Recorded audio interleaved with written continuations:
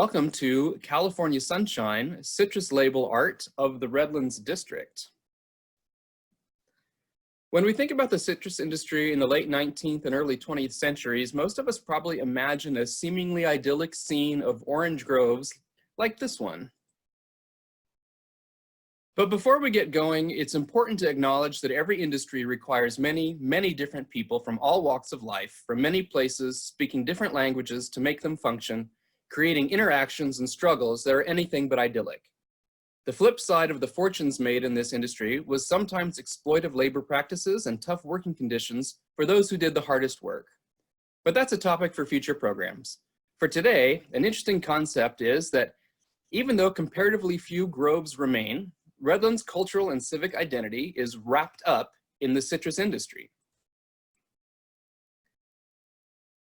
So what we're going to do is a lightning tour through label art packed in Redlands by Redlands companies. From the 1890s through the 1950s, more than 24 packing houses, 134 different individuals and companies, and 15,000 acres of fruit orchards were established in Redlands and the Redlands District. When we talk about Redlands as the Washington navel orange growing center of the world, we're really talking about the Redlands District. The city today is about 38 square miles, and in the first part of the century was significantly smaller. The western boundary used to be Tennessee Street. The Redlands District included Redlands, Crafton, Mentone, Bryn Mawr, Highland, East Highlands, and unincorporated San Marino County land in the East Valley. A note on labels generally. Individual marketing companies created labels for the shipping boxes in order to attract the attention of wholesale buyers. They weren't really for the consumer, but of course have become very collectible. We don't know who most of the artists for individual labels were, or even how many different label designs were created over the years. In the collection here at the library, nearly 90 unique marketing organization names are listed on the almost 800 Redlands District labels we have. This one in particular was printed by the Mutual Label and Lithography Company of Los Angeles. Here's downtown Redlands during the mid-1920s, depicted in a Sanborn map. You can see the Sankey as it ran through the area. And if you tuned into our presentation about the railroad, you can see how much of the industry downtown is oriented toward the railroads. Remember, no railroad, no citrus industry. The Santa Fe tracks are the upper set, and the Southern Pacific tracks are the lower set. Some companies located between them, no doubt in part to ship whichever company could give them the best rate at a given time. I'm going to focus on these 13 packing houses. Interestingly, only 4 of these structures have survived into the 21st century. By incorporating maps as points in real space with the art on labels, which may be familiar to you, you'll be able to imagine how these labels relate to specific places in Redlands. I'm going to start basically running west to east, so the left side of the map, with Elephant Orchards. Elephant Orchards was created in 1910 and operated until 1945. Their packing house was located at the corner of Stewart and Eureka Streets. You can see it here at a close-up from the Sanborn map. Interestingly, it's right across the Santa Fe line from what was Redlands Chinatown. And that's the Santa Fe tracks running through the middle of the map. And if you imagine today, the right side of the map would be the Krikorian Theater, now the Redlands Studio Movie Grill. And a great photo that shows Elephant Orchards there in the foreground with Mount Harrison background in the left and on into the valley, the Santa Fe tracks in the foreground. And I wish that the photographer of this image had just panned a little bit to the right, because then we could have actually seen a photograph of Redlands Chinatown. I think that would have been really cool, but unfortunately they just focused on what you see in the image. Here's the inside space of the packing house with a number of women working on the line, packing into the shipping boxes. You can see the Elephant Orchards labels on the ends of those shipping boxes there in the foreground. And here's that label design. Elephant Orchards was a member of a different couple of different distribution and marketing organizations over the years. At this particular time, they were marketing through Sunkist. Their other major marketing and distribution company was called Mutual Orange Distributors, which was later renamed Pure Gold in honor of their top grade of fruit that they would ship. I love this because these really are all about marketing and how to set your fruit apart for people who are buying in order to have them buy your fruit. So they have added this blue tag so you know that it is the top quality Elephant Orchards fruit. Hyperbole is something that you see a lot in all kinds of marketing for Southern California in the late 19th and early 20th centuries. And here you see this enormous piece of fruit, a Washington navel orange, which you can tell by the navel that's at the bottom of the orange design there. And it's almost like it's the whole world or the sun, with the rays of the sunlight being emitted around the periphery of the piece of fruit itself. The signet is interesting with the sort of initials of Elephant Orchards there in the center in a wax seal design. You see the E encircled by the letter O. It's kind of fun to see how design evolves over the years. This is very much as the transition towards more photorealistic designs in citrus labels and simplicity of design. So it's kind of similar into that tree ripened where you have an orange in the center with the rays coming out from it. And of course, climate is a really important way that Southern California generally was marketed, and it relates specifically with the mystique of the orange. Now we'll move a little bit down south and east from Elephant Orchards to Redlands Select Groves. This packing house was between 3rd Street and 2nd Street, which is now that section is basically Eureka Street. It's sort of been re-engineered and can be a little confusing. Here's what the packing house looked like by the early 1980s. It was actually a different company prior to Redlands Select taking over in 1924, but it was there, the building was there until the early 1990s when it was demolished to make way for the Krikorian Theater. So because they didn't start until the mid-1920s, their designs are definitely of that era with the lithographic printing techniques that were being used. So here you can see this artist has chosen the Mountie for Valor. Very similar design here for Ski Brand. So probably the same artist.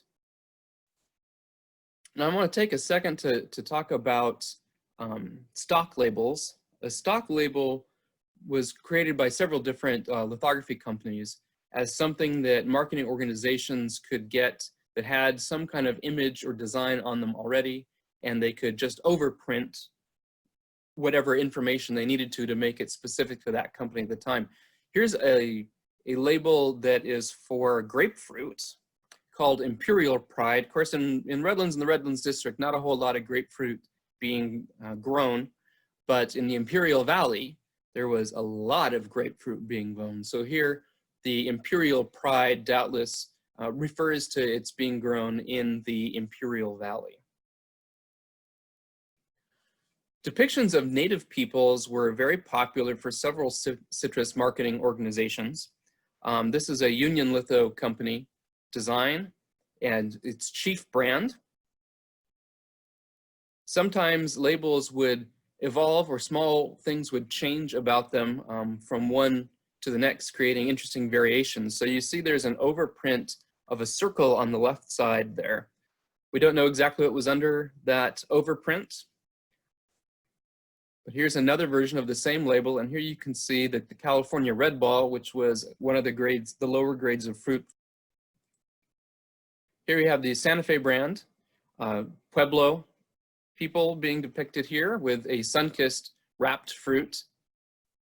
This one was trademarked in 1927 and was still being produced with a printing that we have in the collection from 1945, another in 1947, and another in 1949. Here you can see a minor variation. If you were paying attention, now this image has grown in the USA added on the lower left side of the image itself. So that wasn't there before. There's a lot of different little variations, and if you're a collector of citrus labels, you can come across all kinds of different variations, to the point where some collectors find the difference in the texture of the print to be enough of a variation to collect a shiny surface versus a more dull surface. This design was done in 1932. It's interesting that Topeka is actually a Kansa Osage sentence that means place where we dug potatoes, or a good place to dig potatoes. And as a place name, Topeka was first recorded in 1826 as the Kansa name for what is now called the Kansas River. Topeka's founders, who chose the name in 1855 because they thought it was novel, of Indian origin, and euphonious of sound. The mixed blood Kansa Native American Joseph James is credited with suggesting the name of the town Topeka. The city was laid out in 1854 and was one of the free state towns founded by Eastern anti-slavery men immediately after the passage of the Kansas-Nebraska Bill. In 1857, Topeka was chartered as a city. Now, what's really kind of interesting, well, there's a couple interesting things about the design on this. So here you have this kind of noble native person with his rifle looking off into the distance at oncoming white settlement. And if you look at the design of the mountains, it's certainly reminiscent of Mount San Bernardino and San Gorgonio as seen from Redlands. But of course, as you've doubtless already noticed, it includes swastikas around Redlands, California, because that was a long time native symbol as well. And at some point, this design included the sun-kissed wrapped fruit to show you the high level of quality that the fruit was, and for some reason it has been overprinted out of this. So maybe that year Topeka brand didn't quite meet or measure up to the sun-kissed brand level standard. Just 2 years later in 1935, excuse me, they changed the design label. Of course, 1933 is a banner year in change for what would become Nazi Germany. And now, by 1935, the swastika has been removed from the Topeka brand label. Redlands Select also created Redlands Chief, another very stylized depiction of Native Americans here. And another variation, see on the left side, you have kind of the open field in yellow, and now you have grown in the USA added. Moving on just slightly further east, we can talk about Arthur Gregory, who was a major force in the citrus industry in the Redlands area and in all of Southern California, really. As early as 1896, the labels I'm going to talk about right now for A. Gregory specific marketing really only go to 1904, but he is very involved in the entire industry in our region for many decades after this too. So we'll continue to follow up on that. This packing house was located between 3rd Street and 4th Street, just north of the Southern Pacific Railroad and south of the Santa Fe Railroad. And he has some great early labels. So this is either late 1890s or really early turn of the century. And here you can see he's selected a design that shows the San Bernardino Valley specifically. You can see Mount Harrison in the center there and the snow-capped mountains. And you can imagine if these kinds of things were being shipped to the Northeast, for example, this is our idea of winter here in Southern California. So that mystique of California and the citrus industry depicted in a label. And he was able to use this to ship both oranges and lemons. Here's a very ornate design for Angel brand. You'll see as time marches on, designs and labels become much more simple and less complex. when you're looking to stand out, when you might have 50 or 100 or more different labels in a wholesale market, you need to do whatever you can. So this is a very early label, but a very beautiful design. Another version of Angel brand, this one being used to pack and ship pears, even though those are not pears that are depicted in the design of the image.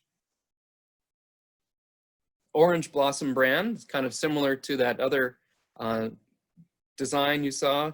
This is kind of a little bit more generic valley, still also lemons and oranges. The same design, exclusively done for the lemon box. And if you look down there on the bottom right corner, you see the two initials that are woven together, AG, for Arthur Gregory. Remember that as we move forward. It was a very popular thing to do during that period of time. A later version of the Redlands Oranges Blossom brand label, and you can see it's a much more simplified version. One of his big brands was CAMELLIA brand, and we have several different examples of this brand name on labels over time. Here, the word oranges is actually an overprint, so he was able to use this to pack all kinds of different fruit. Here's a version where he's packing prunes. And here is depicting oranges. You can see his little monogram there at the bottom again. A slightly later version of the CAMELLIA brand label. And then he's taken the monogram and made that the centerpiece of this label for a new brand name called Our Monogram. Another variation of that label as well. And certainly brands were bought and sold by different marketing organizations or individuals over time. Here, Arthur Gregory has acquired Halo brand from Westphal Brothers and Company. So he's overprinted A. Gregory on top of the original company that was there. Here's another example, Anderson, Watton, and Godfrey with Perfection brand, another one that Gregory acquired, and overprinted A. Gregory, California. Or this example, which is Goldenrod brand, also starting out at Anderson, Watton, and Godfrey, moving on to the A. Gregory overprint. And then later on, that brand moved to Redlands Mutual Orange Association. So here's Goldenrod brand again. And then lastly, on to Redlands Foothill Groves, which we'll talk about a little bit later. California Citrus Union was an early attempt to create a cooperative organization, and it was founded right on East State Street in Redlands in 1904. And Art Gregory was one of the main drivers of the creation of this new mutual concept for the citrus growers and packing houses and marketing organizations. So the CCU operated several different packing houses. Here are two of them that were on between 6th and 7th Streets around the Santa Fe Railroad tracks. So Gregory threw in the brands that he owned at that time to CCU. Here's CAMELLIA with the CCU print. And then a redesign of Our Monogram with CCU instead of AG in the center. Bronco brand, which is a very well-known brand here, being packed under CCU at this period of time. A fun version of a brand called Herald. One of my favorite label designs, which is Flamingo. I just love the artwork of this as it was packed by CCU. Redlands Mutual Orange Company then morphed into the Redlands Mutual Orange Association. So you can see that that organization basically was operating between 1906 and 1958. This had been Art Gregory's packing house as well. On 3rd Street, it had a 3rd Street address then, between 3rd and 4th. That's been redeveloped a little bit now. Here's what the Redlands Mutual Orange Company building looked like in that earlier period. Then about 1931, they had a major expansion of the structure. And that's the building that exists today. You're probably familiar with it if you've been to this portion of downtown Redlands. The Redlands Mutual Orange Association packing house still stands there between 3rd and what would have been 4th Street on the east side. And it will become a food court concept very soon. So that's pretty exciting that that building is still around. So here's where CAMELLIA went after that, went to the Redlands Mutual Orange Company. And a yet later design of CAMELLIA brand. And then an even later design. And then how about that, in even later design for CAMELLIA? So really interesting to see how that particular brand evolved over at least 58 years. Redlands Mutual also took over Orange Blossom brand. You can see with that kind of familiar valley view. And then how that changed with the more photorealistic labels into the 1930s and 1940s. At one point, Redlands Mutual was a member of Mutual Orange Distributors, and here it is with their pure gold level quality fruit. Yuma Chief, which is Arizona grapefruit. So utilizing that kind of Native American theme for labels here as well. Another more simple design for Lustrous. Kind of a fun jackrabbit running around. The Redlands Jack in front of a large piece of fruit.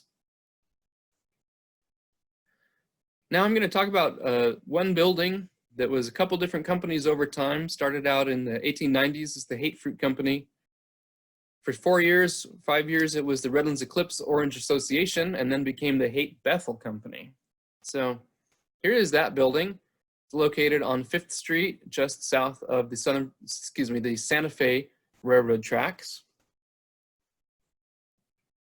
And here you can see a whole series of field boxes loaded with fruit showing up at the packing house to be washed and packed and shipped. Later, of course, it became Haight Bethel, as we mentioned, and it went through a major expansion at one point to become this building. And later on, that building became more popularly known, as it is today, as the Mitten Building. So when it says there, display letter factory, that's referring to the Mitten Company.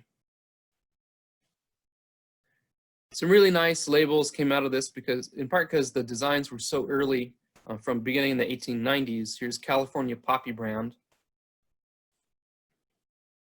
Chief brand. Redlands Beauties, so you get a sense of what, at least at the turn of the century, was being depicted as beauty, both between the beauty of the fruit and of people.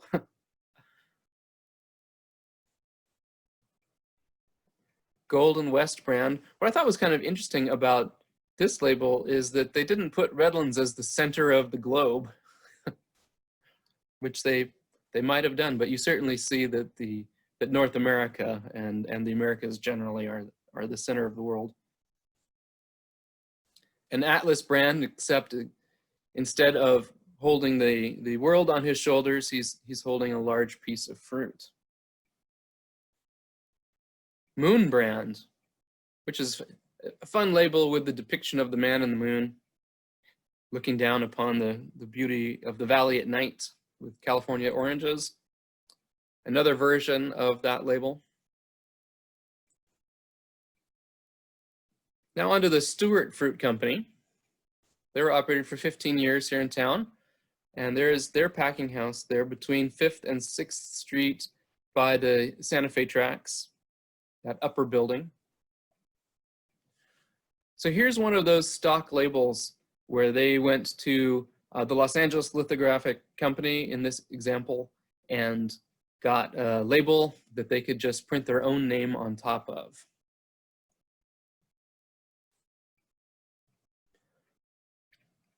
Now let's move on to the Redlands Fruit Association, the Redlands Cooperative Association, that was then later the Redlands Cooperative Fruit Association.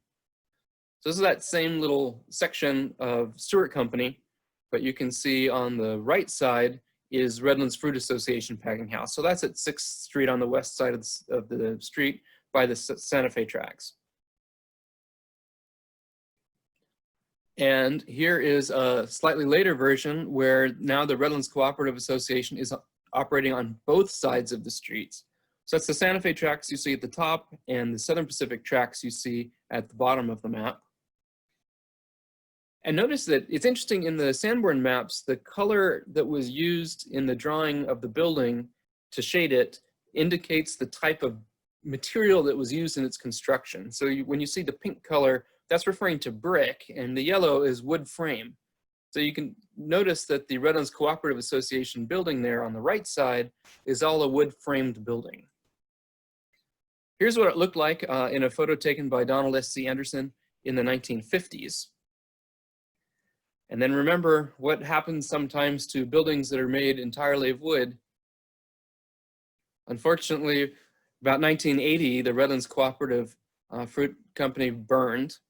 And you can actually see in the background, that's the Redlands Federal Bank tower by a Redlands standard, going up in the background on East State Street.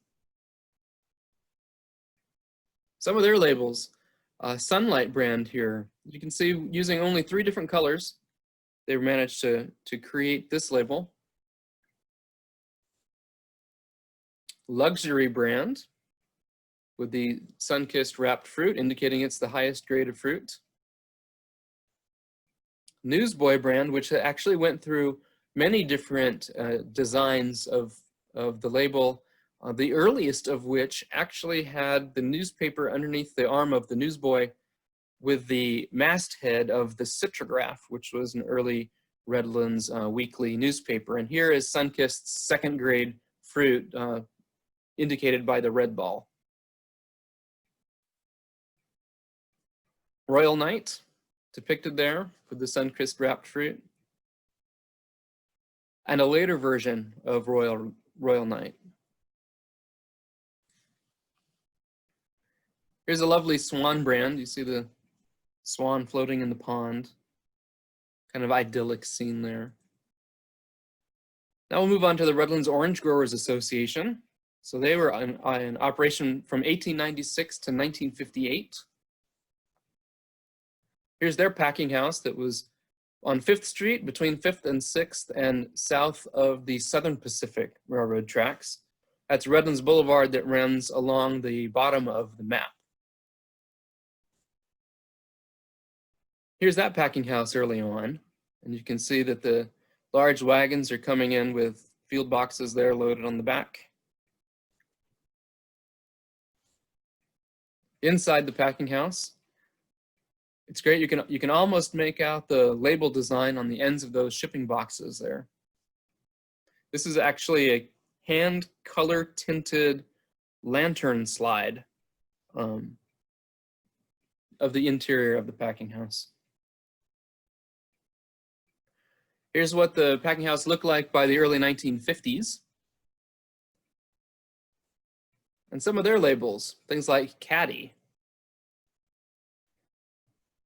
I was holding the orange instead of the golf ball. May brand, with the lovely California poppies being grown. And then updated version of that label. Now she has a shorter haircut and is not wearing a bonnet. And then a very updated version with the much more photorealistic cluster of fruit and leaves for the May brand. Redlands brand. So the lovely piece of fruit is front and centered here with the peacock feathers on either side. And Rose brand oranges. And this is probably the label that was on the box end in that photograph, or a version of this label. So the more familiar valley view, of course, in the background with the fruit in the foreground. Slight variation on this. Now this indicates that they're Washington navel oranges. And another version, also updated. You can tell by the typeface of Redlands Orange Growers Association. And the sun-kissed wrapped fruit is now one of the two pieces of whole fruit that was in the center. Here's the same label, but transitioned for grapefruit. Moving yet east, the Gold Banner Association, 1911 to 1958. It was located on 7th Street between 6th and 7th at Redlands Boulevard. Here's the earlier incarnation of that packing house, the Gold Banner Association. Inside, you can see all the different people it takes to pack one box of fruit, get it out and shipped out for market. But in the 1920s, like a lot of these these wood industrial buildings, it burned too. And so when Gold Banner rebuilt, they built out of concrete. So that's what the blue color indicates here. It's a steel truss building with poured concrete walls, because they didn't want to go through that again. So here we are, and that's the packing house building, and it's one of those that remains today. It's now the site of the Honda Yamaha motorcycle dealership. So the self-proclaimed Gold Banner brand of the Gold Banner Association with its gold banner, golden flower, golden gate, sense a theme there with the gold. Here they've selected a theme from history for Half Moon brand. Half Moon is the English translation of the name of the ship owned by the Dutch East India Company that Henry Hudson sailed into what is now called New York Harbor in 1609. Here's a stock label being used to promote Half Moon brand again, and here they actually indicate that it's a temporary label for what they're saying is Redlands' best brand of oranges. And then later on, Half Moon, the ship, has completely gone away in favor of the Crescent Moon. Fay Fruit Company operated for 24 or 25 years here in town. They were located at the Santa Fe tracks at 7th Street between 7th and 8th. They have some really beautiful label designs, very intricate, detailed designs. So Triumph brand here. And Trumpeter.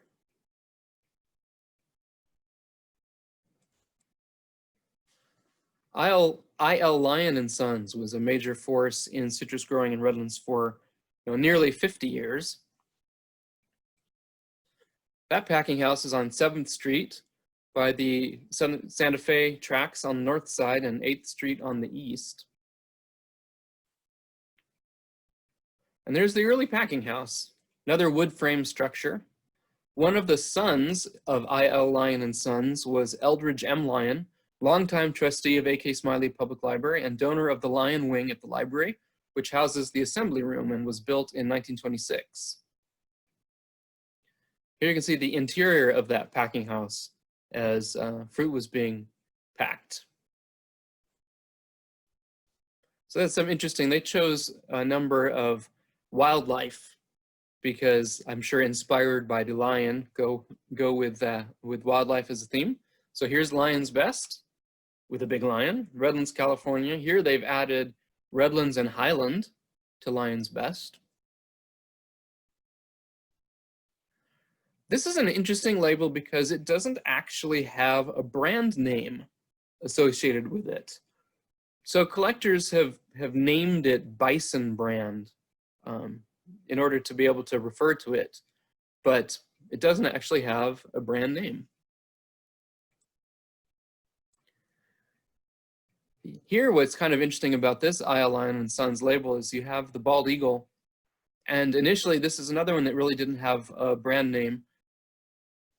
Imperial Eagle is actually overprinted, and you can barely make out underneath it that it used to say Redlands Extra Fancy. So that got overprinted so that they can add the name Imperial Eagle. Tiger Head brand, another bit of wildlife, earlier version. And then Fred A. Hill was a longtime manager at Lion & Sons, and he ended up taking over Lion & Sons to become Fred A. Hill Company. So here's the updated version of Tiger Head brand with Fred A. Hill. Here's another example of Lion's Best. And it's interesting, the library owns the original artwork for this label, but we don't actually have a copy of the printed version of this label. So hopefully we will acquire one of those at some point in the near future. What we do have in the collection is Fred Hill's version of this label. So now it's become Hill's Best Oranges instead of Lion's Best. I'm going to talk about two different companies that operated in the same building over time now. Redlands Heights Orchards that operated between 1911 and 21, and then much later, Southern Citrus Association, which operated between 1938 and 1958. Here's the building. It was between 6th and 7th Streets, north of the Santa Fe tracks. California Poppy brand, that might ring a bell, because we did see California Poppy earlier. Really nice label, pure gold level of fruit. And here you can see both of those labels compared. So we saw the Hate Fruit Company version earlier, and here it is side by side with the Redlands Heights Orchard version of California Poppy brand. It's interesting they're packing Valencias at that point for that label. Same building, little later, Southern Citrus Association. Southern Citrus chose themes for its brands that were related to its name. So here's one example, Buckaroo brand, a very much Western theme. And then they used the character Topsy from Harriet Beecher Stowe's famous novel, Uncle Tom's Cabin, in this depiction of the character. And then I'm gonna wrap up with the last of the packing houses we're gonna talk about this morning, Redlands Foothill Groves, because it is the last organization packing in the city of Redlands. In 2024, it will celebrate its centennial. So they've been packing since 1924. Redlands Foothill started out with their packing house on at the corner of 6th Street and Redlands Boulevard. It's the building furthest left in this picture, in the of the map. Here's a shot, and you can see the 6th Street frontage there. Interior shot. And then by the 1940s, they decided to build a new and what would then be a state-of-the-art packing house over on 9th Street.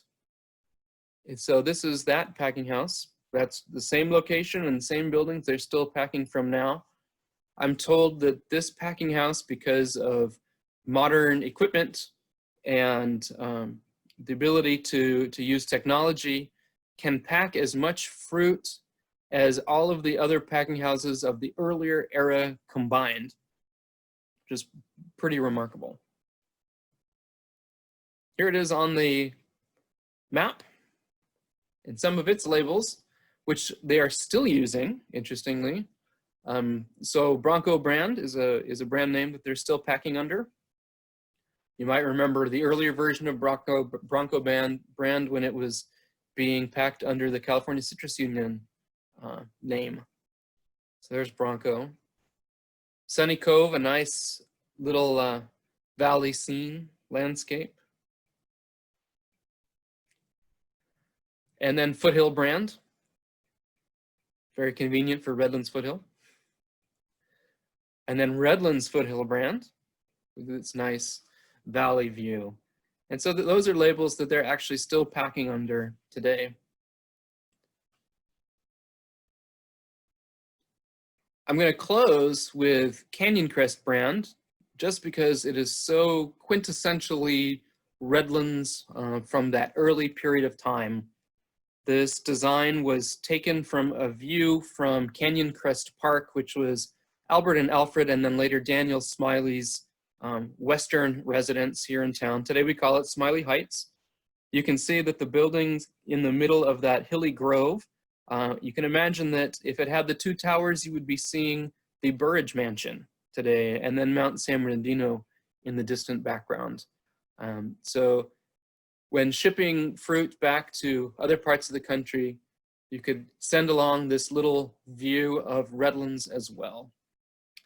And with that, I'd like to thank you for being with us this morning. It's been fun to go through some of these labels. We only went through about, I don't know, 150 labels out of the more than 800 labels in the library's collection just of the Redlands District. I didn't even get into Mentone, Crafton, Highland, or Bryn Mawr. So maybe that'll be a topic for a future program. But thank you very much, and we appreciate your being with us today.